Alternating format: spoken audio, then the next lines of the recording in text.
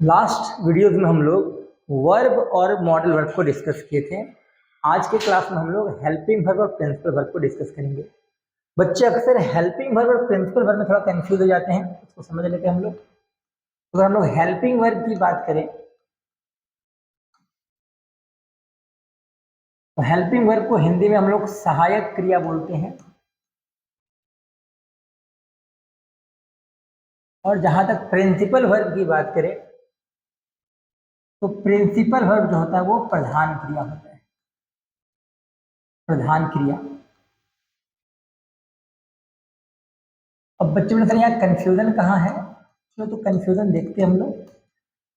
Helping और principal में क्या डाउट है इसको देख लेते। देखो अंग्रेजी में हेल्पिंग वर्ब की संख्या तो फिक्स है ना, इसमें कोई डाउट नहीं है। हेल्पिंग वर्ब जो है वो 11 है। जो कंटिन्यूअस वाले हेल्पिंग वर्ब हैं इज, एम, आर, वाज, वर। उसके बाद परफेक्शन वाले helping verb have, has, had. और फिर हैबिट वाले हेल्पिंग वर्ब डू, डज और डिड। तो हेल्पिंग वर्ब की संख्या क्या है, फिक्स है, 11 है। अब हेल्पिंग वर्ब इसको बोलते हैं सिंपली एक ऐसा वर्ब जो सब्जेक्ट को हेल्प करे, है ना। लेकिन हेल्पिंग के साथ समस्या क्या है, जो कंटिन्यूअस वाले हेल्पिंग वर्ब है उसको अपने साथ क्या लेना है, V4 लेना है। Like I am teaching, she is going. Perfection वाले हेल्पिंग वर्ब का इस्तेमाल अपने साथ V3 को लेकर करता है। और जहां तक डू डज डिड की बात करिए, आदत वाला हेल्पिंग वर्ब है, इसको अपने बगल में V1 चाहिए, है ना। यानी इज एम और was were have has had do does did किसी भी कंडीशन में अगर हेल्पिंग वर्ब के रूप में इस्तेमाल होंगे तो इनके वर्ब में कोई ना कोई वर्ब चाहिए, चाहे V4 चाहिए, V3 चाहिए, V1 चाहिए। अब बात करते हैं प्रिंसिपल वर्ब। प्रिंसिपल वर्ब क्या होता है, तो प्रिंसिपल वर्ब या मेन वर्ब समझना क्या है। तो कोई एक ऐसा वर्ब है जो सेंटेंस को कंप्लीट करता है। अगर सेंटेंस में प्रिंसिपल वर्ब नहीं होगा तो सेंटेंस सही नहीं होगा। जैसे आई एम प्लेइंग, तो एम हेल्पिंग है, प्लेइंग क्या है, प्रिंसिपल है। आई कैन प्ले, कैन यहाँ मॉडल है, प्ले क्या है, प्रिंसिपल है। तो सेंटेंस में प्रिंसिपल का होना काफी जरूरी है। जहां तक प्रिंसिपल की बात करेंगे तो ग्रामर में प्रिंसिपल की संख्या अनलिमिटेड है। लाइक स्पीक,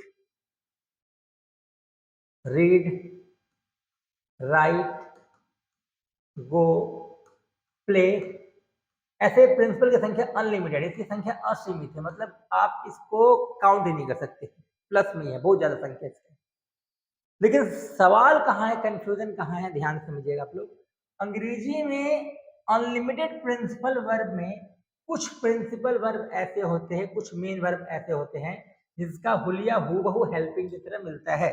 जैसे भी हम बोर्ड पे लिखने वाले हैं, is, am, are, was, were, then have, has, had, उसके बाद डू, डज और डिड। अब बच्चे बोलेंगे सर ये तो हेल्पिंग वर्ब है।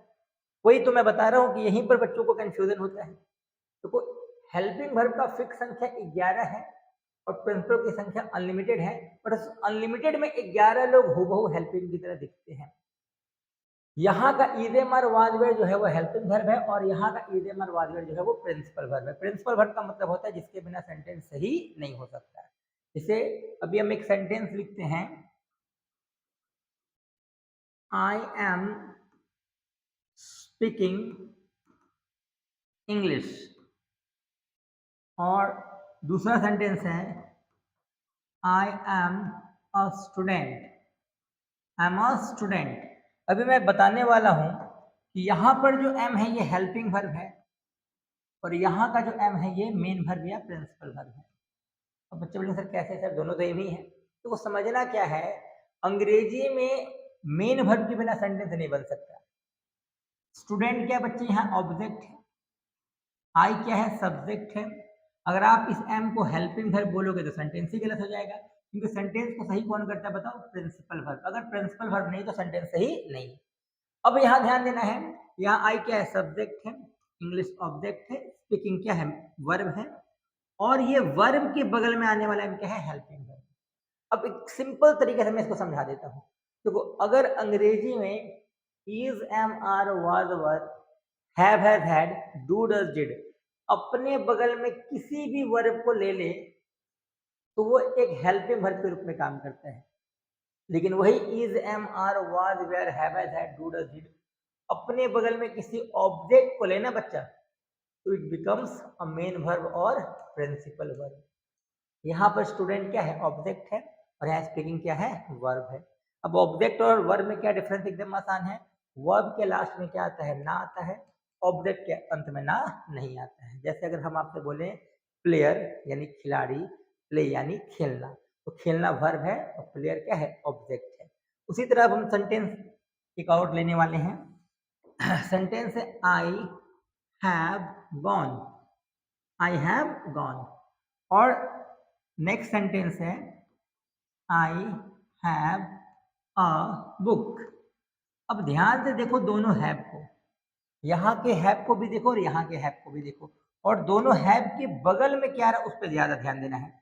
इस हैव ने बगल में भीतरी लिया, भीतरी मतलब वर्ब का तीसरा रूप यानी वर्ब तो है ये, तो जो हैव अपने बगल में किसी वर्ब को ले ले यानी भीतरी लिया यानी वर्ब ही है, तो वो हेल्पिंग वर्ब हो जाएगा। लेकिन यहाँ पर आप इस हैव को देखो, इसने किसी वर्ब को नहीं लिया, इसने क्या लिया? ऑब्जेक्ट को लिया, तो ये क्या हो जाएगा? प्रिंसिपल वर्ब या फिर मेन वर्ब। एकदम आसान तरीके से समझना है। चलो एक और एग्जांपल लेते हैं। अगर हम सेंटेंस लिखते हैं she is writing, she is writing, और अगला मेरा सेंटेंस है she is a writer. Writer को हिंदी में क्या बोलते हैं? लेखक, और राइटिंग को लिखना। तो भाई लिखना के अंत में ना है, मतलब ये वर्ब है, और वर्ब को लेने वाला इज क्या हो जाएगा? Helping verb. अब यहाँ देख लो राइटर मतलब लेखक, इसके अंत में ना नहीं है, दैट मीन्स ये ऑब्जेक्ट है, और ऑब्जेक्ट के द्वारा फॉलो किया गया इज क्या हो जाएगा? प्रिंसिपल वर्ब या फिर मेन वर्ब। एकदम आसान है। तो बच्चे बोलेंगे सर ऐसे अगर होगा तो हिंदी भी तो कुछ अलग होगा। बिल्कुल अलग होगा भाई, इन सब का हिंदी भी अलग होगा। देखो is, am, are, was, were अगर हेल्पिंग वर्ब के रूप में होगा तो इसका हिंदी हो जाएगा जारी करना। ये जारी करता है वस्तुओं को। देखो आई एम स्पीकिंग, बोलने के काम को एम ने क्या कर दिया? जारी। तो जिस is, am, are, was, were के बगल में बिफोर होगा उस is, am, are, was, were का हिंदी हो जाएगा जारी करना। लेकिन यहाँ पर देखो आई एम अ स्टूडेंट, क्या यहाँ एम का मतलब जारी करना थोड़ी हो जाएगा? स्टूडेंट थोड़ी जारी हुआ। यहाँ पर is, am, are, was, were जो है, जो ऑब्जेक्ट लेकर आएगा उस इज, एम, आर का हिंदी हो जाएगा होना, यानी वो स्टूडेंट हुआ होना। तो जो is, am, are, was, were principal verb है उसका हिंदी होना होगा, जो is, am, are, was, were helping verb उसका हिंदी जारी करना होगा। उसी तरह हैव हैज हैड की बात करेंगे। अगर have has had helping verb है तो इसका हिंदी हो जाएगा समाप्त करना। समाप्त करना, लाइक आई हैव गॉन, जाने के काम को हैव ने क्या कर दिया? समाप्त कर दिया। लेकिन यहाँ हैव का मतलब समाप्त करना नहीं होगा, बुक समाप्त थोड़ी हुआ। यहाँ पर हैव हैज हैड जो प्रिंसिपल है उस हैव हैज हैड का हिंदी हो जाएगा पास होना, पास होना। उसी तरह डू डज डिड की बात करें तो डू डज डिड अगर हेल्पिंग है तो उसका हिंदी हो जाएगा आदत डालना, और अगर वो प्रिंसिपल वर्ब है तो उसका हिंदी हो जाएगा करना। तो बस दिमाग में एकदम आसान तरीके से इसको बैठा लेना है। अंग्रेजी में is, am, are, was, were, have has had, do does did सिर्फ हेल्पिंग वर्ब नहीं होता, ये मेन वर्ब या प्रिंसिपल वर्ब भी होता है। आपको बगल वाले वर्ड्स को देखना है। अगर is, am, are, was, were, have has had, do does did के बगल में कोई भी वर्ब आएगा तो वो हेल्पिंग वर्ब हो जाएगा, और वही is, am, are, was, were, have has had, do does did के बगल में कोई ऑब्जेक्ट आएगा तो वो प्रिंसिपल वर्ब या फिर मेन वर्ब हो जाएगा। उम्मीद है ये टॉपिक आप लोगों को समझ में आया होगा। बहुत बहुत धन्यवाद।